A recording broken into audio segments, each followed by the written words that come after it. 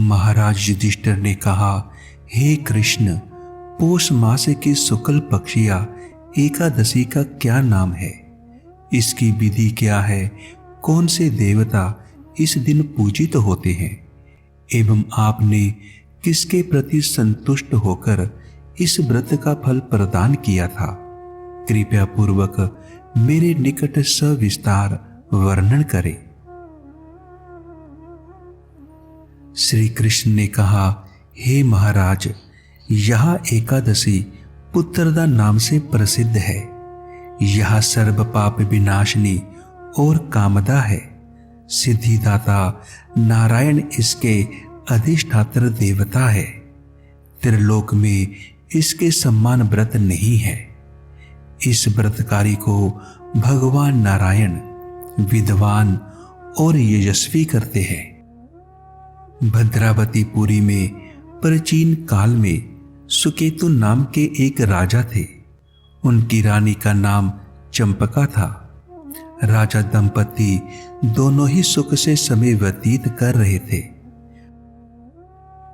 वंश रक्षा के लिए बहुत दिनों तक धर्म क्रियादि अनुष्ठान कर भी जब पुत्र की प्राप्ति नहीं हुई, तब राजा दुश्चिंता से कातर हो उठे। राजा के पूर्व पुरुष उनके द्वारा प्रदत्त जल को बड़े दुख के साथ ग्रहण करते थे, क्योंकि वे चिंता करते थे कि राजा की मृत्यु के बाद जल पिंड प्राप्त होने की कोई आशा नहीं है। सभी तरह का ऐश्वर्य वर्तमान रहने पर भी पुत्रहीन राजा के मन में सुख नहीं था। वे सोचते थे, अपुत्र का जन्म वृथा और ग्रह शून्य है। पितर, देव, मनुष्य लोक का जो ऋण भय शास्त्र में उल्लिखित है, वह पुत्र के बिना परिशोध नहीं होगा। पुत्रवान व्यक्ति को इस जगत में यश और परलोक में उत्तम गति प्राप्त होती है एवं उनकी आयु, आरोग्य, संपत्ति इत्यादि विद्यमान रहती है। राजा ने नाना दुश्चिंताओं से ग्रस्त होकर आत्महत्या करने का निर्णय लिया, किंतु बाद में मन में विचार कर देखा, आत्महत्या महापाप है।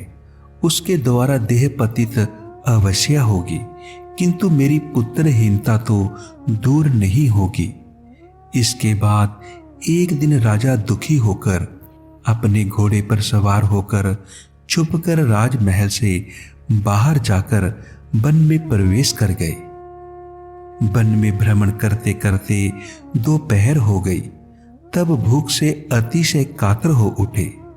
इधर उधर चारों ओर जलादि की खोज करते करते राजा ने चक्रवाक, पपीहा, राजहंस, मगर और बहुत प्रकार की मछलियों से परिपूर्ण एक मनोरम सरोवर और उसके समीप मुनियों के आश्रम का दर्शन किया।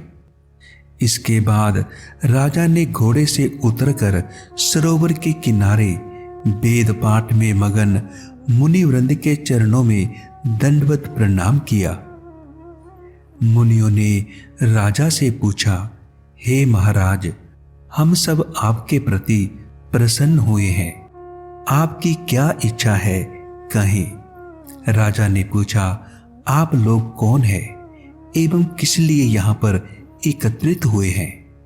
यह सविस्तार कृपया पूर्वक वर्णन करें। मुनियों ने कहा, हे महाराज, हम विषव देव हैं। स्नान के लिए इस सरोवर पर आए हैं। आज से 5 दिन बाद ही माघ मास आरंभ होगा। आज पुत्रदा नामक एकादशी तिथि है। मनुष्यों को पुत्रदान करते हैं कहकर ही इसका नाम पुत्रदा है। यह सुनकर राजा ने कहा, हे मुनिवृंद, मैं अपुत्रक हूं।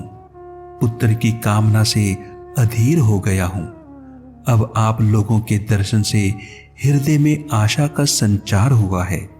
इस दुर्भाग्य पुत्रहीन को कृपा कर एक पुत्र प्रदान करे। मुनियों ने कहा, हे महाराज, आज ही वह पुत्रदा एकादशी है, इसलिए आप इस व्रत का पालन करें। इससे श्री केशव की कृपा से आपको पुत्र प्राप्त होगा। मुनियों की बात सुनकर विधि पूर्वक राजा ने केवल फल मूलादि ग्रहण कर उस व्रत का उद्यापन किया। द्वादशी के दिन सस्य आदि द्वारा पारण कर मुनिवृंद को प्रणाम करके अपने घर वापस लौट आए।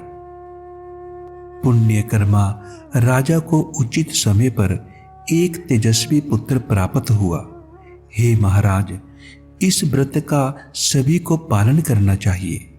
मैंने यहाँ लोकहित कामना से तुम्हारे निकट वर्णन किया है।